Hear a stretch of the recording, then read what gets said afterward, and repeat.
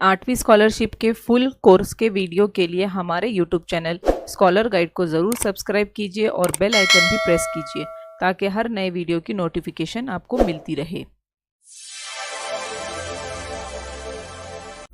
8वीं स्कॉलरशिप के उर्दू ज़बानदानी में हमारी तीसरी इकाई जो कि अमली कवायद है उसका ही ये ज़ेली जुज़ है 3.9 रमूज़ औकाफ। रमूज़ औकाफ जिसे हम पंक्चुएशन मार्क भी कहते हैं इंग्लिश में। रमूज़ औकाफ जो है ये जुमले में बहुत ही ज़रूरी होते हैं और उसका मतलब जो है हमें अच्छे तरीके से समझ में आता है अगर रमूज़ औकाफ सही जगह पर लगे होंगे। देखिए, औकाफ जो है वक्फ़ की जमा है और वक्फ़ का मतलब होता है ठहरना या रुकना। रमूज़ औकाफ ही हमारे जुमले को काबिल फ़हम बनाते, समझने के काबिल बनाते हैं और जुमले का मतलब अच्छी तरह वाज़ेह करते हैं। बोलते वक्त हम इन अलामत औकाफ का इस्तेमाल नहीं करते बल्कि अपने लहजे के उतार चढ़ाव से अपनी बात का मतलब वाज़ेह करते हैं। लिखते वक्त आवाज़ का उतार चढ़ाव वाज़ेह करना मुमकिन नहीं होता, लिहाजा हमें इन रमूज़ औकाफ का इस्तेमाल करना पड़ता है। इसी तरह तहरीर में रमूज़ औकाफ लगे हो तो हम सही तरीके से पढ़ सकते हैं। जुमला कहाँ ख़त्म हुआ, सवाल कहाँ है, इल्तिजा कौन सी है, कहाँ हैरत और जज्बात का इजहार हुआ है, जुमले में कहाँ और कितनी देर ठहरना है, उसे समझने के लिए जो अलामतें इस्तेमाल की जाती है उन्हें रमूज़ औकाफ कहते हैं। अब यहाँ पर चंद रमूज़ औकाफ दिए गए हैं, उनकी अलामतें भी दी गई हैं।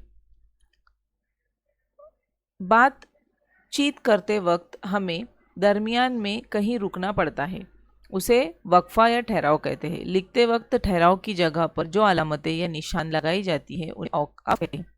ख़ास वक्फ़े इस तरह है जैसे कि उनके नाम भी दिए गए हैं और अलामतें दी गई है। सख्ता जो है उसकी अलामत इस तरीके से होती है, छोटा ठहराव कॉमा जिसे कहेंगे हम। वक्फ़ा ये भी एक ठहराव है लेकिन इस तरह से होता है, सख्ता के जैसा होता है, उसके नीचे एक छोटा सा डॉट होता है। पूरा वक्फ़ा यानी ख़त्मा जो कि जुमले के आखिर में होता है। इस्तिफ़हामिया यानी सवालिया जुमले के आखिर में इस तरह की अलामत होती है और उससे ज़ाहिर होता है कि वो जुमला सवाल है।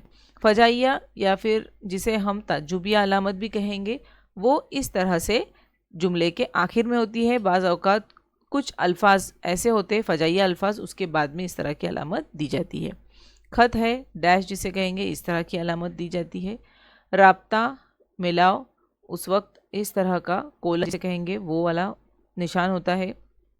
वावेन कही हुई बात पर यानी किसी ने कही हुई बात है तो उसको जू का तू जब हम लिखते हैं या बोलते हैं तो उस वक्त इस तरह का इन्वर्टेड कॉमा लगाया जाता है।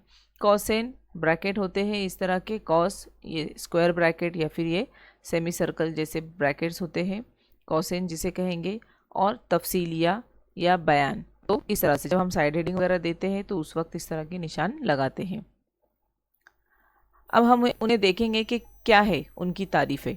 अलामतों का इस्तेमाल कब करते हैं। सख्ता इस तरह की अलामत है, थोड़ी देर रुकने के लिए 3 से ज़्यादा अल्फाज एक साथ आ जाने पर सख्ता लगाया जाता है, जैसे हमीदा, गरीब, बदकिस्मत, औरत ज़ात, ना कोई संग ना साथ।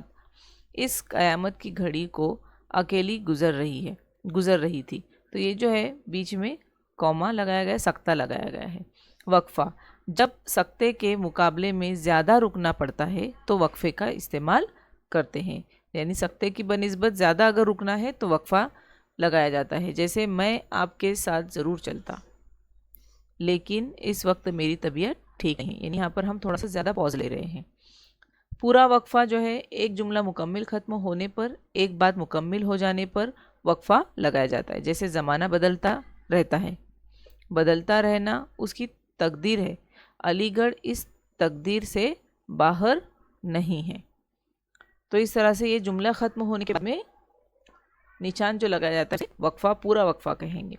अब इस्तिफ़हामिया यानी सवालिया निशान, जिन जुमलों से सवाल ज़ाहिर होता है उनके आखिर में पूरा वक्फ़ा या ख़त्मे की बजाय सवालिया निशान लगाया जाता है, जैसे पूछते हैं वो कि गालिब कौन है, कोई बताए हम बतलाए क्या।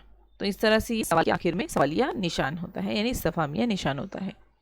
फ़जाइया यानी इस तरह की अलामत गुस्सा, अजब, खौफ और नदाई जुमलों में इस्तेमाल करते हैं, जैसे कि ओफ़ो सख्त गर्मी है, तो ये जो है ये फ़जाइया लफ्ज़ है ओफ़ो, तो इसके बाद में फ़जाइया अलामत लगाई गई है।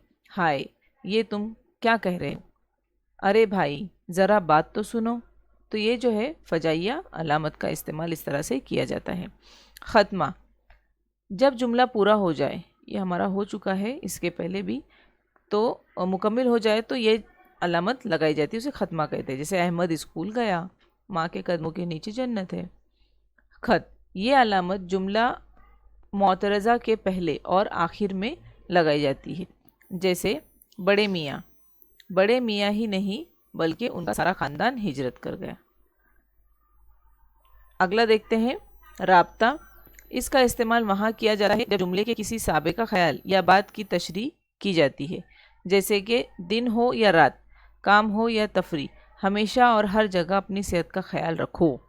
अगर कोई नियामत है तो यही है। देखो ये जो राब्ते के लिए हम इन दोनों जुमलों के बीच में इस तरह से लगाते हैं। वावेन, जब कोई इक्तबास दिया जाता है या किसी की बात बगैर तब्दीली लिखी जाती है तो उसके शुरू में और आखिर में ये अलामत लगाई जाती है। यानी देखिए यहाँ पे मिसाल है, इसने कहा मैं कल 10 बजे की गाड़ी से दिल्ली जा रहा हूँ। तो ये जो शुरू में जुमले के और आखिर में इस तरह के जो कॉमास लगाए गए हैं उसे वावेन कहते हैं। और इन्हीं कॉमा के अंदर जो जुमला होता है वो हूबहू किसी का कहा हुआ जुमला होता है, किसी वो कोट होता है वो किसी का जुमला हूबहू जूं का तू लिखा जाता है, तो वो वावेन में लिखा जाता है।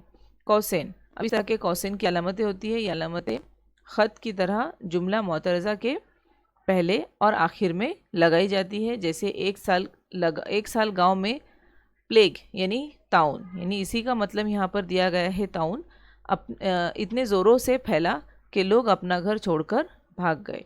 तो इस तरह से ये जो कौसेन का इस्तेमाल किया जाता है।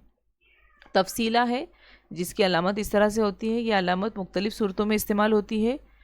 किसी फ़हरिस्त को पेश करते वक्त मौलाना, जैसे कि गया है मौलाना अल्ताफ़ हुसैन हाली फरमाते हैं, तो वो क्या फरमाते हैं वो उसके आगे रहेगा, लेकिन उससे पहले इस तरह की अलामत होगी। हिंदुस्तान के बड़े शहर ये है, तो कौन कौन से शहर हैं वो आगे आएंगे, तो पहले इस तरह की अलामत तफसील जो है मालूमात आगे होंगी, उससे पहले इस तरह की अलामत होगी।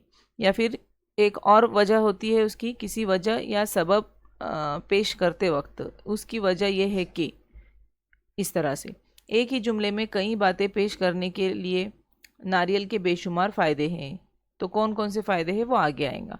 तो इस तरह से ये तफसीला का इस्तेमाल होता है। अब हम कुछ मिसालें भी देखेंगे। ज़ेल में दिए गए जुमलों में ख़त्मा यानी ख़त्मा अलामत वाले जुमले की निशानदही कीजिए। अब ख़त्मा अलामत यानी क्या, जो जुमला मुकम्मिल होने के बाद में आखिर में होती है। तो देखिए यहाँ पे वो घर पहुँचा ही था और लाइट चली गई, वाह अब मज़ा आएगा। वो कब गया, लाइट गई क्या?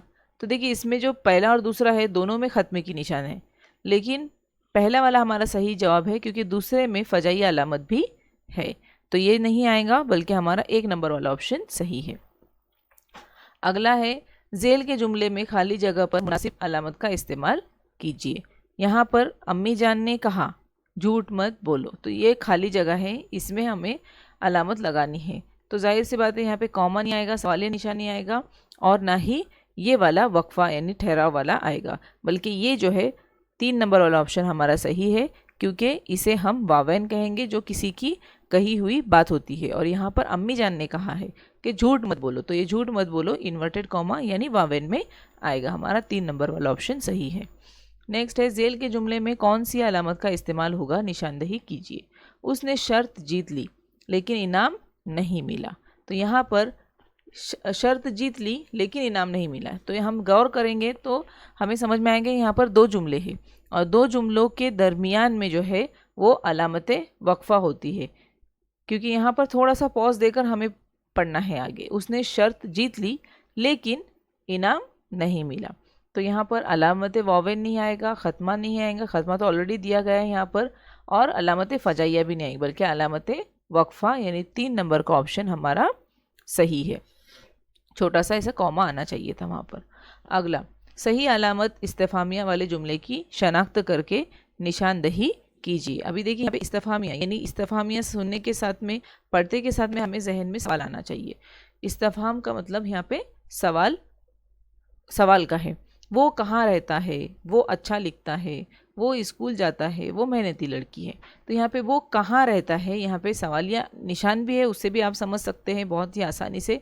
तो ये हमारा 1 नंबर वाला ऑप्शन सही है, जिसमें सही अलामत इस्तिफामिया इस्तेमाल की गई है। आगे, ये इस तरह की जो निशान है, इस तरह का अलामत का इस्तेमाल कब किया जाता है? तो देखिए, ये अभी हमने देखे हैं कि जुमले में वक्फे के वक्त, सवाल पूछने के लिए, ताज्जुब का इज़हार करने के लिए, या फिर जुमला मुकम्मिल होने पर। तो हमने अभी इससे पहले ही 2 सवाल पहले हमने देखे थे कि जुमले में वक्फे के वक्त हम इस तरह का की अलामत इस्तेमाल करते हैं। सवाल पूछने के लिए सवाली अलामत होती है, ताज्जुब का इज़हार करने के लिए ताज्जुबी या फिर फजाई अलामत जिसे कहेंगे वो होती है, और खत्म होने पर ख़त्मे का निशान होता है। तो हमारा इस तरह का जो निशान है वो जुमले में वक्फे के वक्त थोड़ा सा ठहराव के लिए हम इसका इस्तेमाल करते हैं, यानी हमारा 1 नंबर का ऑप्शन सही है। अगला है अलामत इस्तिफामिया का इस्तेमाल किन जुमलों में किया जाता है? अलामत इस्तिफामिया उसी इस्तिफामिया के साथ ही हमें जहन में आना चाहिए कि जब हम कोई सवाल पूछते हैं, तो जब कोई सवाल पूछा गया हो तो उस वक्त, यानी हमारा 1 नंबर वाला ऑप्शन सही है। इसी तरह के और भी सवालात आपको मश्की सवालात दिए जा रहे हैं, आप उसे हल कीजिए और इसी वीडियो के आखिर में उसकी आंसर की भी दी जा रही है, उससे अपने जवाबात चेक कीजिए।